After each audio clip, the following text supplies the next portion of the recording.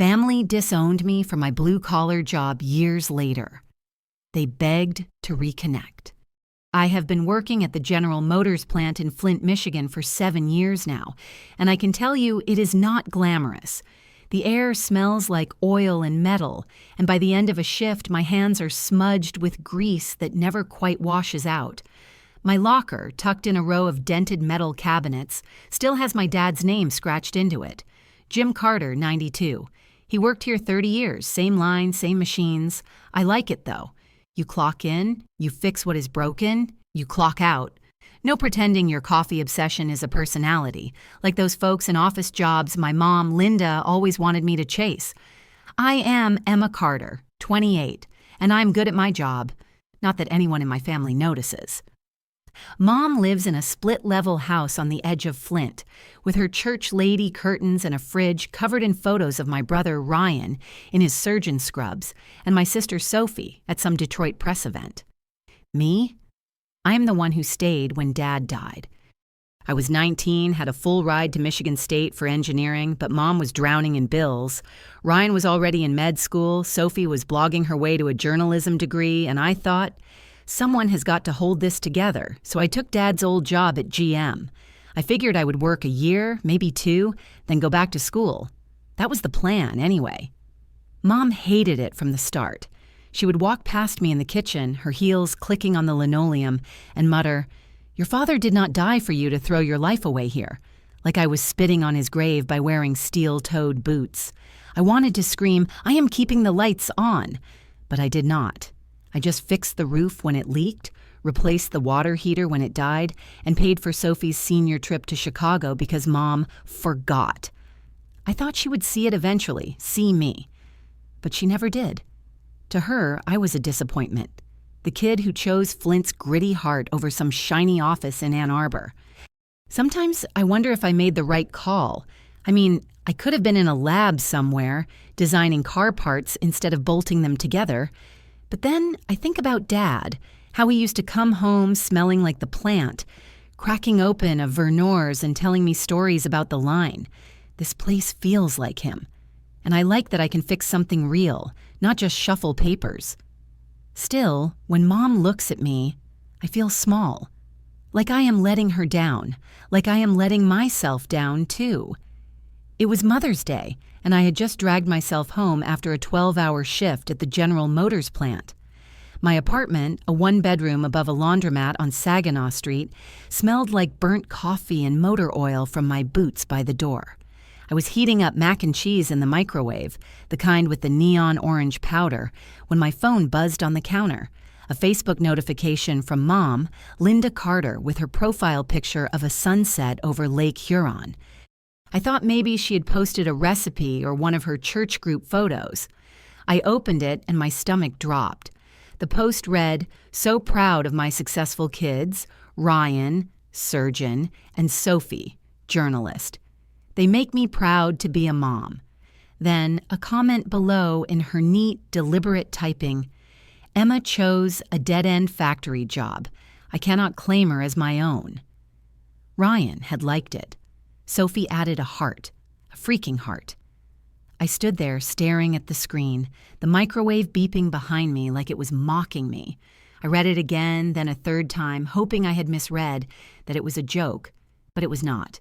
My own mother had typed that out, posted it for her 300 friends to see, and my brother and sister just nodded along. I thought about everything I had done. Fixing the roof on her house during that big storm, paying for Sophie's trip to Chicago when Mom said the budget was tight, staying in Flint when they all left. I thought she was hard on me because she wanted better, like maybe she was pushing me to be more. But this was not pushing. This was erasing me. I felt like a stain she had scrubbed out of her perfect family photo, the one she kept on the mantle with Ryan and Sophie smiling in their graduation caps. I sat on my couch, this lumpy thing I got from a thrift store on Dort Highway, and I cried. Not loud, not dramatic, just this quiet, ugly sobbing that hurt my chest. I wanted to call her, to ask, why? What did I do? But I knew she would just say, I embarrassed her, that I was not the daughter she could brag about at her church brunches. So I opened Facebook, deleted the family group chat, blocked their numbers. Mom, Ryan, Sophie, even Aunt Judy, who never said a word. I ate my mac and cheese, cold now, and told myself I was done. Done hoping, done trying to be enough. But even as I said it, I wondered if I was wrong. Maybe I was a failure. Maybe she was right. The morning after Mother's Day, I woke up at 5, like always, in my apartment above the laundromat on Saginaw Street. The hum of dryers downstairs was already going, mixing with the faint smell of exhaust from the street. My eyes were puffy, and my throat felt raw, but I pulled on my steel-toed boots, the ones with a scuff from dropping a wrench last month, and headed to the General Motors plant. I told myself it was just another day. Fix the machines, clock out, go home. But everything felt wrong, like I was wearing someone else's skin. At the plant, the assembly line roared as usual, all clanks and hisses. I tightened bolts on a transmission case, my hands moving on autopilot. Tom from shipping, who has been mad at me since I grabbed the last jelly donut in the break room, made some crack about the Detroit Lions losing again. I forced a laugh, but it sounded hollow, like I was reading a script. Nobody knew what happened. I did not want them to.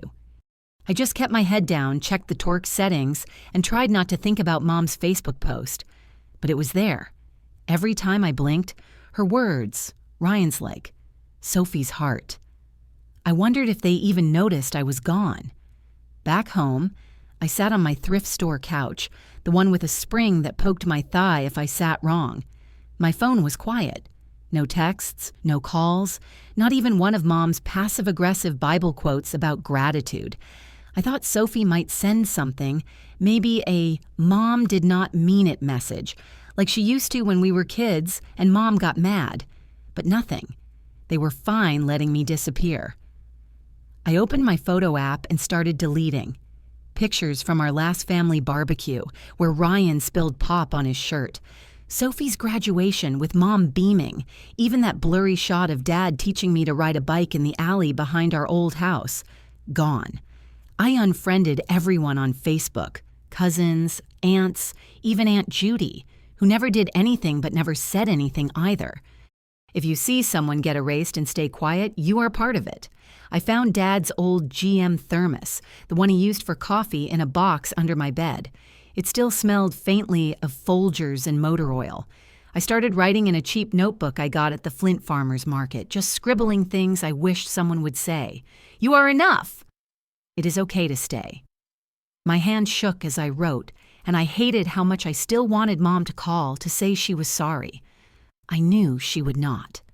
But I kept the thermos close, like it could hold me together when I was falling apart. After I cut my family off, I threw myself into the General Motors plant like it was the only thing keeping me upright. My apartment on Saginaw Street felt too quiet, so I stayed late, learning every nut and bolt on the assembly line. The plant was a maze of steel and noise, conveyor belts rattling, robotic arms welding hoods, the faint buzz of fluorescent lights overhead. I got good at spotting why a machine jammed, like the old press that hiccuped every Tuesday if you did not calibrate it just right. Work was something I could control, unlike Mom's words still looping in my head. I started night classes at Mott Community College, a brick building off Court Street with hallways that smelled like floor wax. I studied industrial systems management, sitting in my steel-toed boots among kids fresh out of high school who thought I was someone's mom. I did not care. I liked the way the textbooks made sense. Diagrams of circuits, flow charts of production lines. It was like the plant, only on paper. I would get home at midnight, heat up a can of Campbell's soup, and study on my wobbly kitchen table, the one I found curbside on Miller Road. Sometimes I wondered if I was crazy, burning myself out for a degree no one would see. But then I would think of Dad, how he always said, "Fix what you can, Emma," so I kept going. Then I met Ava Martinez. She was a maintenance engineer at GM, all sharp eyes and calloused hands, with a habit of tying her hair back using a zip tie from her toolbox. First thing she ever said to me was, "You gonna hog the break room coffee all day, Carter?" I'd been staring into my mug, thinking about Sophie's heart on Mom's post, and Ava's voice snapped me out of it. We started talking. First about work, then about dumb stuff like the best burger at Halo Burger or why the Lions always choked. She was not soft or sweet, she was real, the kind of person who called out nonsense and fixed a sensor faster than anyone on the floor. We got lunch at the Flint Farmers Market, shared fries, and one night, driving home down I-75, she reached over and held my hand. I fell hard. Ava and I got married at the Flint courthouse, just us, a judge, and a bottle of Verner's in the car after. We moved into a small house on Chevrolet Avenue with creaky floors and a porch where we drank coffee on Sundays. We adopted Noah, our son whose laugh could make a bad day disappear.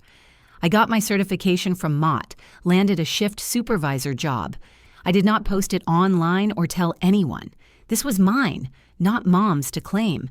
But some nights, alone in our bedroom with its peeling wallpaper, I would scroll my contacts, hover over Sophie's name, and wonder if she missed me. I never called. I wrote in Dad's thermos notebook instead, "You do not need them to see you." It felt true, mostly, but I was not sure I believed it yet. 5 years after Mother's Day, I was not the same Emma Carter. I had become the youngest plant director at the General Motors facility in Flint, overseeing 3 assembly lines from a small office with a window that overlooked the floor. The office was nothing fancy. Scratch desk, a chair that squeaked, a coffee maker that hissed like it held a grudge. But it was mine. I still wore my steel-toed boots, polished now, and brought lunch in Dad's old thermos, tuna sandwiches mostly, because Ava teased me about my boring taste. Last month, the Flint Journal ran a story. From line worker to leader, Emma Carter's rise. There I was, front page, hard hat under my arm, standing by a shiny new robotic welder. I did not post it anywhere. I just tucked the paper in a drawer at home, next to Noah's baby shoes. Then the text started. First was Mom, her number unblocked somehow, maybe from when I switched phones. "Saw your article, sweetheart. We are so proud. Let's reconnect." The words felt like cheap perfume, too strong and fake. Ryan emailed, all formal, suggesting a family dinner to celebrate your success. Sophie slid into my DMs on Instagram, which I barely used. "You are killing it, Em. Miss you." Miss me? She had not said a word when Mom called me a dead end. I stared at my phone sitting on our porch on Chevrolet Avenue, the wood creaking under my chair. Part of me wanted to reply to say, "Where were you?" But another part, the part that spent years rebuilding, knew it was a trap. They did not want me. They wanted the photo in the paper. Then Mom showed up at the plant. I was reviewing a production report when security called. "Ms. Carter, a woman says she is your mother." I walked to my window, looked down at the entrance. There she was, Linda, clutching her purse like it was her church lady armor, her hair perfect despite the Flint wind. She looked small, older, but her posture screamed she expected a welcome. I thought about Dad, how he would have told me to hear her out. I almost did, but then I remembered her post, Sophie's heart, Ryan's silence. I told security, "She is not family. Please escort her out, politely." I watched them walk her to the parking lot, her head tilted like she was scolding the air. I felt steady, but later, in the bathroom, I cried. Not for her, but for the kid I was, who thought love was something you earned. Sophie messaged that night. "Mom cried for hours. You are heartless." I typed back, "You all erased me first," and blocked her. I sat on our couch, Noah's toys scattered on the rug, and wondered if I was too harsh. Maybe I should have talked to her, but I could not unsee that post. I would not. A week after Mom showed up at the General Motors plant, I came home to our house on Chevrolet Avenue, the porch light flickering like it always did when it got humid. Ava was in the kitchen, unpacking takeout from Halo Burger, Noah's high chair smeared with ketchup from his fries. She held up a folded piece of paper, her face tight. "Found this on the doorstep," she said. It was a letter, handwritten on floral stationery, addressed to Emma Carter and family. Mom's handwriting, the same loopy script from birthday cards when I was a kid. My stomach twisted. I wanted to toss it in the trash, but I opened it anyway. "Emma," it started. "I only said what I did out of fear. I wanted you to be more, like Ryan and Sophie. I want to meet my grandson. We are still family." No apology, just her usual mix of guilt and charm, like she could rewrite the past with nice penmanship. I sat at our kitchen table, the one with a burn mark from Ava's attempt at homemade pizza, and read it twice. I thought about her at church, telling everyone she lost me, when really she pushed me away to save face. I wanted to believe she meant it, that she missed me, but I knew better. I grabbed my phone and called her. She answered on the second ring, voice soft, practiced. "Emma, sweetheart." I cut her off. "Do not come to my home again. You said I was not your daughter. My son does not need your love." My voice shook, and I hated that. She gasped, started to say, "I was scared. But I hung up, blocked her number, and burned the letter in the backyard, watching the ashes curl in the dusk. I felt strong, but also hollow, like I had lost something I could not name. Ava found me later, sitting on our couch with Noah's stuffed dinosaur in my lap. "You okay?" she asked, her hand on my shoulder. I nodded, but I was not sure. "I am free," I said, and it sounded right, but part of me wondered if I would regret it. We ate our burgers, cold now, and listened to Noah babble about trucks. The house smelled like fries and home, and for the first time, I thought maybe that was enough. Noah turned 3 last month, and we threw a party in our backyard on Chevrolet Avenue. The grass was patchy, and the folding table wobbled, but we had balloons, a cake from Mayor, and a few friends from the General Motors plant, who did not mind Noah smearing frosting on their jeans. Ava grilled burgers, her apron stained from last summer's barbecue, and I chased Noah as he ran with a plastic truck, giggling like it was the best day of his life. No cousins, no aunts, just us and the people who showed up when things were quiet, not just when my name hit the Flint Journal. After everyone left, Noah sat on the living room rug, our old coffee table scratched from his toy cars. He held a toy phone to his ear, babbling, then looked at me and said, "Who is family, Mama?" I froze, kneeling beside him. His eyes were so big, like he could see right through me. I thought about Mom, her post, the years I spent wondering if I was enough. "We are, kiddo," I said, touching his sticky hand. "You, me, Mommy Ava, always." He grinned, said, "Always," and hugged me, his cheek smudged with chocolate. Ava, wiping down the counter, caught my eye and smiled. I felt something settle in my chest, like a weight I had carried too long was gone. But even then, I wondered if I was doing it right, if I was giving him enough. Later, I pulled out Dad's thermos from the closet, where I kept it with a folder labeled Proof. Inside was a screenshot of Mom's Facebook post, the one that said I was not her daughter. I looked at it, her words sharp as ever, and slid it back. Not to hold on to anger, but to remind myself it happened, that I did not imagine it. I locked the folder away and stood in Noah's room, a tiny space with glow-in-the-dark stars on the ceiling. He was asleep, clutching his dinosaur. Ava found me there, leaned against the doorframe. "You broke it, you know," she said softly, "the pattern." I nodded, but I was not sure I believed it. I wanted to. I think I am getting there. A few days ago, Mom emailed, just one line, "Let us not throw away years over a mistake." I deleted it. I did not need her dinner invites or her regrets. I had Noah's laugh, Ava's hand in mine, and a life I built from the ground up. That was enough. Most days, it really was.